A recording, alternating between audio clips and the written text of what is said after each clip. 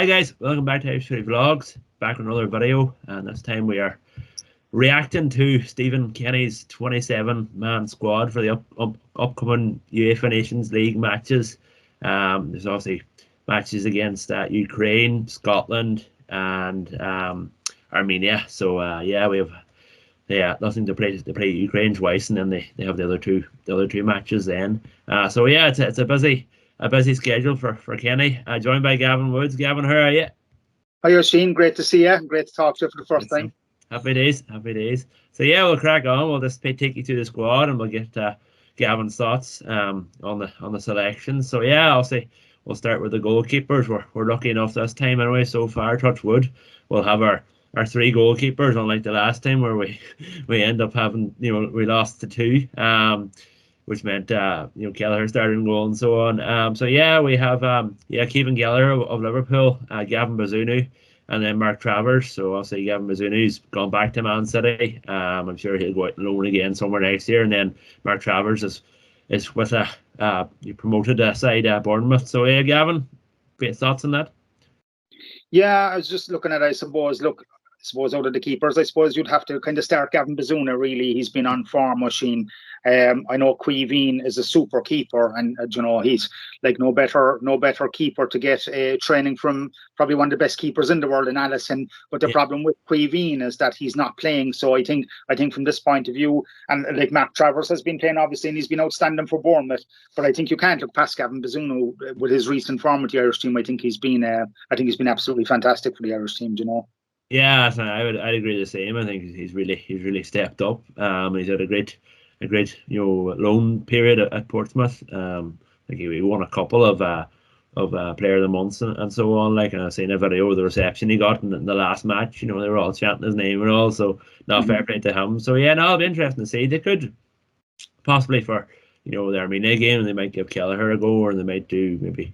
There's obviously 4 matches there. They could use a 3. Be interesting to see what happens. With the defenders, then of course you have Captain Seamus Coleman, Everton to stayed up, and then you have Cyrus Christie who's coming up to the Premier League with Fulham. Enna Stevens is back there after he missed the last one due to injury. Ryan Manning for Swansea is in the squad. James McLean, who's still in Wigan. You have Shane Duffy there, Brighton. John Egan's at Sheffield United, same with Enna Stevens, and then you have Nathan Collins, Burnley's, who went down, and then Darragh O'Shea for West Brom, and then Darragh Lennon, then the Blackburn Rovers player. I think he's a captain as well of Blackburn. So don't think there's any major surprises there. Obviously Matt Doherty's out injured at the minute, so he's not included. But any thoughts on that? Yeah, I suppose looking at it again, I think it's kind of funny how you look at things, Oisin. Like, I think a lot of if you're looking at those players there, I think I personally myself I would go with players that have been playing regularly, as opposed to sometimes you kind of look at it and you kind of go, a fella that's probably playing at a higher level but is not getting as much games. But I think you should look after the fellas who've been playing regularly week in, week out.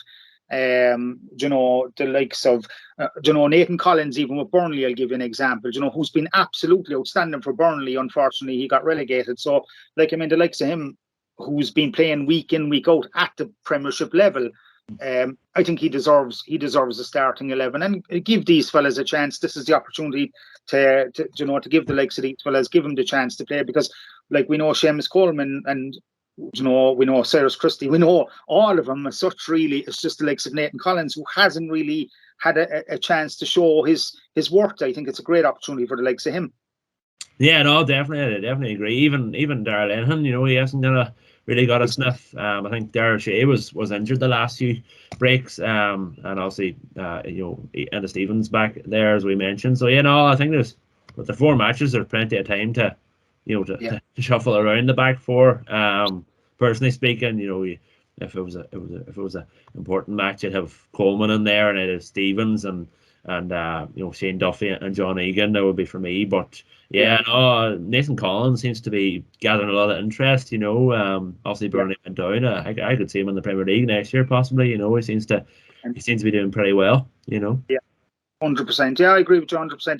And like I've said it before as well, and I kind of have I suppose people have a love-hate relationship too with James McLean. Yeah. You know, I'm not his biggest fan, to be honest, Oisín. You know, I think in his day he was very good, but I think that's in his day, and I think, you know, he personally, he wouldn't be starting for me. He's, you know, it's just, I think, like, he had a good season, to be fair to him, with Wigan, but not when it comes to international level. I think it's a different level, and without kind of, you know, kind of using a cliche, like, but no, there's levels, and there's a level Wigan, and then coming up to the Republic of Ireland, and you're playing Scotland, who would have like John McGinn, who's been playing every week. You know, it's just giving an example, or like Kieran Tierney, that's been playing with Arsenal, who's been superb. You're coming up to that level, and, you know, there is levels there, and I just don't think he's up to that level anymore. Myself, I heard someone once say he is 99% passion, 1% skill. You know. I agree. He's a good man to hold the crest, but after that, it's a different story, you know. He's had his good times, but he's getting to the age, and he's obviously League One as well at the minute. So it'll be interesting to see what type of. Hopefully, you'd like, as you mentioned already, you'd like to see, you know, the majority of the defenders there feature, you know, because, you know, there's a lot of them there. You know, you'd like to see them all feature at least once anyway. You know. Even Ryan Manning, you know. Another opportunity to give him a chance and see if he's up to, like, the great thing about that is that when you have fellas coming through like that, and to be fair to Stephen Kenny, you know, he's very good at doing things like this. We're bringing in fellas who you'd be kind of going, or you'd be kind of saying to yourself, would we give him a chance? But he will give him a chance, and then you that's when you're looking at it and you're saying, okay, this fella is actually good enough for this level, and it's fantastic, and it's a great positive thing then for the country, because you're looking at fellas who are up and coming and have the opportunity, and he gives them the opportunity, which is fantastic. Yeah, no, absolutely. So it'll be interesting to see what way he picks. Will he go back 4, back 5? It'll be interesting to see in different matches. But on to midfield then. So there's a few calls. I think there was a few people who were asking why Gavin Kilkenny was left out, but I think he's going to be used by the 21s, you know. You have Conor Hurahan there. He was with Aston Villa, but I think he's staying with his parent club now, which is Sheffield. I think, as far as I'm aware now. You have Josh Cullen there. I think he's suspended for one of the matches.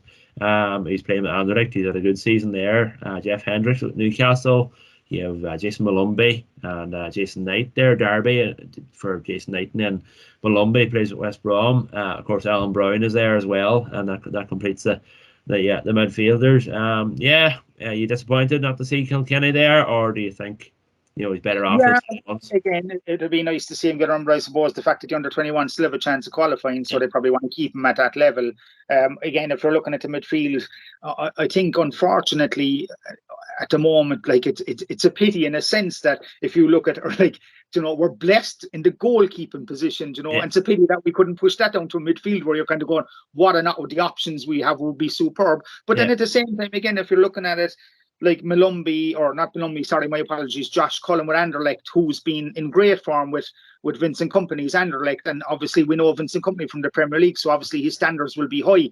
So if he's praising Josh Cullen, then that's a good sign, and it's another positive sign for Ireland. Jason Knight, again, Derby County, he's been playing on other than the times that he's been injured. He's been in Wayne Rooney's first 11 every week, and Wayne Rooney will want a good high standard at Derby, and I know it's not a high standard, but Wayne himself would want standards, and he absolutely thinks the world of Jason Knight. So it's fantastic for him, and it's fantastic that he's back playing again. You know, Jeff Hendrick again. I think Oisín, you know, he's had his day, unfortunately. And he's not really, and it kind of shows then in the club with Newcastle, he's not really getting his game, and unfortunately, your own form suffers then because of that, you know. So, you know, there's a bit of dead wood in that team, you know. When you think of James McLean there, you could say possibly he's dead wood. I'd agree with you with Jeff Hendrick, you know, and even back when they had Harry Arter in the squad, you know, it was dead wood as well. So, but Hendrick did have a good match against who was the last match against Portugal? Was it? Portugal. Belgium. So he did have a good match recently. But I would, you know, I'd like to see the younger lads being used more. But then again, is there any younger lads that are there to come in like. But yeah, no, it'll be interesting to see. Obviously with Derby with Jason Knight and that they got relegated, so it'll be interesting to see where he ends up. I don't think he's League One standard now. He's he came on in one of the games there, and he done well. He got an assist and got a goal and so on. Like so yeah, no, that'll be. I think we're half decent midfield. Yeah, and I think with Alan Brown as well. Again, like Alan Brown, I suppose in a sense, like I've said, I think. I don't know, have we seen the best of him really, Oisín, but again, the good thing about him is that he's played probably 30 odd games for Preston this year, right, if not more, and he's been their captain. So, obviously there's been a lot of responsibility on him. So I think with Alan Brown, he has the ability. So it'd be just nice to see, that he can do it in this Nations League. And again, look, that's what this is about, to see if they can. Which is again, look, it could be a great positive can come out of it too, for himself. Yeah, that's at the end. I think Kenny came out and said that he wants to try and win it. So there'll be no taking the foot off the gas. It'll be a tough out campaign. So yeah, now we'll just move on to the forwards then. Last but not least. So yeah, we have obviously Callum Robinson. He had a good start to the season, but he kind of faded off then with West Brom. Troy Parrott, he had a good loan spell at MK Dons. Obviously, they missed out in promotion there, but I think he scored 10 goals as far as I can remember, which is decent compared to his last loan spells with Ipswich Town and so on. You have Birmingham City Scott Hogan there. You have Will Keane of Wigan, Michael Obafemi, which is an important one. We'll get your thoughts on that. And then you have Ogbeni, obviously. He got promoted with Rotherham. And yeah, another surprise inclusion, CJ Hamilton of Blackpool. And then last then we have obviously Feste Obazeli, another Derby County man from Enniscorthy who is on the squad. So yeah, well, overall thoughts, and then your thoughts then on the surprise inclusions of CJ, and then obviously Feste, and then we'll chat about Obafemi. Yeah, the CJ Hamilton thing, it's only when I saw the squad name today, I actually had to do a bit of research. I didn't know anything about him, to be honest with you, so a bit of ignorance on my behalf. But look, obviously Stephen Kenny sees something in him. He obviously sees whatever it is with him. I think he like 21 appearances or something like that, and 4 or 5 goals or something. So obviously he sees something in him. There's potential there that he feels that he can bring to the team. So look, great for him. It's a great opportunity. Obviously it's his first time, so he'll obviously be delighted with himself. Feste Obazeli, again with Derby, has put in a great campaign with Wayne Rooney and Derby County. Obviously they got relegated, but it's another positive for Ireland, I think. And I've watched a couple of games. Believe it or not, my dad's actually a Derby County fan. I think he's the only Derby County fan in the world, I'd say. In Ireland, anyway. But but I've watched a couple of games, and again, he's like what I've seen of him. It looks very promising and it's great potential. So again, it's fantastic to see him in the squad as well, and hopefully he can push on. And had a good season with Derby and bring it to the Irish setup. Yeah, that's it. And what are your thoughts on Obafemi? Obviously, I think he's had his ups and downs with Kenny's in the past. His first squad he's been involved in a few years. I think the last time he was involved was with Mick McCarthy in charge, as far as I can remember. But happy to see him back in there. There is obviously, look, I suppose himself and Stephen Kenny obviously have had a chat about this, Oisín. They've obviously had to kind of sit down and have a chat about what had been going on in his attitude and everything. But look, again, he's had a great end to the season with Swansea. It's worked out really well for him. So, and I think he is a good player. I think he another fellow who worked really hard. He's big, strong, powerful. Again, looking at Ogbeni, who's had a fantastic season with Rotherham. Again, and I actually was only saying it about him the other day that another fellow who's after, like, he had ability, but again, is after bulking himself up. So he's after getting big and strong, powerful, which you need at this level. You need it at international level. So I think, again, that's been a fantastic plus again for Ireland. Troy Parrott, again, who's had a great second half of the season with MK Dons, and his loan spell has actually worked out really well for him.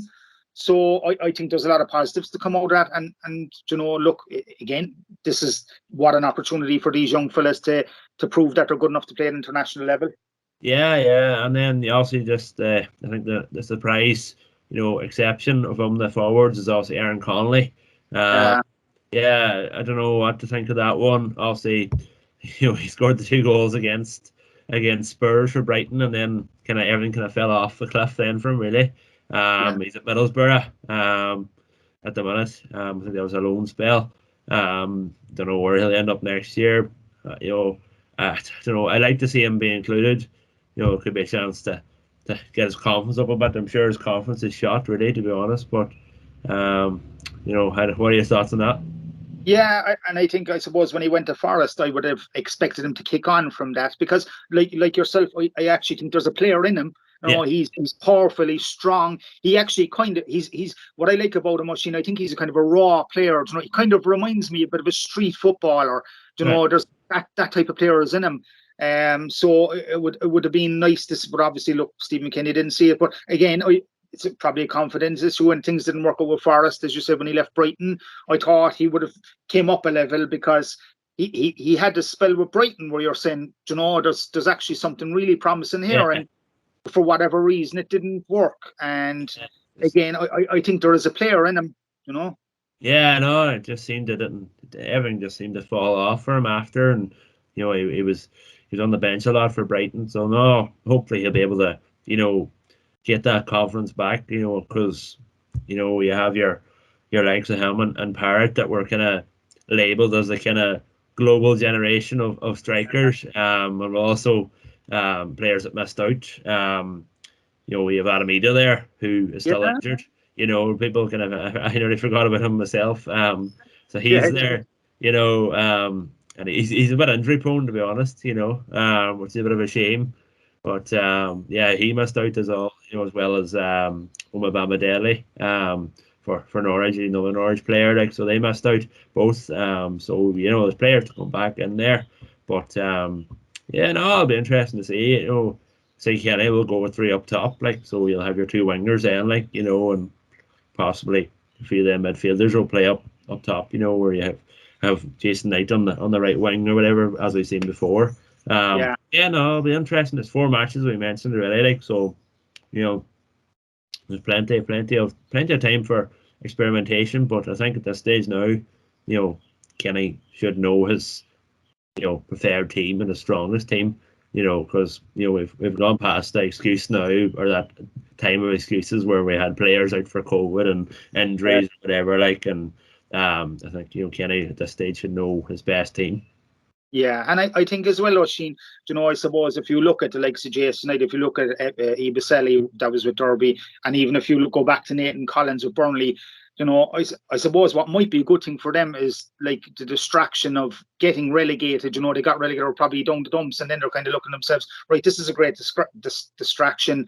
Get into the Irish setup, get in with the group of lads that have been, all the different clubs and get them together. And, something like that too can be, suppose, like a confidence booster, or it just distracts things for a Yeah, positive reason, and something great could come out of it for the likes of these fellas who, as you said yourself, you don't know where they're going to be next year. yeah, So, in that sense, I think it's just a great distraction and a positive one. And look, it's only nothing but hopefully good times ahead. And like I was saying, Stephen Kenny, I'm delighted that he's there. I really think it's great to see him get the opportunity to manage the Irish team, and it's fantastic.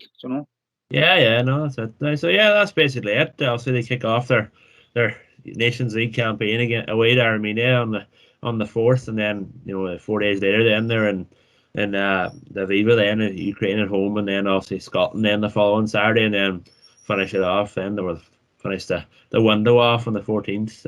Away to Ukraine in Poland, so. Yeah, no, it'll be interesting to see. I mean, there's always a chance they could win the group, but Yeah. they have to get off to a good start, away to Armenia, and then follow that up with points. You need to get points against Ukraine and Scotland. But no, it'll be interesting to see, how they get on. Any last words or? Yeah, again, like looking at it, I think like I think there's good opportunity that like they should beat Armenia. the Ukraine game could be a bit of a strange game, I suppose. You know, they'll probably have to try and detach the emotional side of things over what's happening with the Ukraine at the moment, and try and, you know, it's tough because like they're all humans at the end of the day. So, you know, they're going to have to try and separate the emotional side and get to the professional side of it, and, you know, just try and get the points off Ukraine. The Scotland game is going to be a tough game.